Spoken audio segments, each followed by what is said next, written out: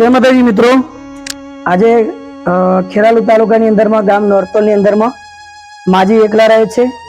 આજે અમારું ક્ષત્રિય ગુજરાત ફાઉન્ડેશન દ્વારા આ માજીની મુલાકાત લેવામાં આવી છે.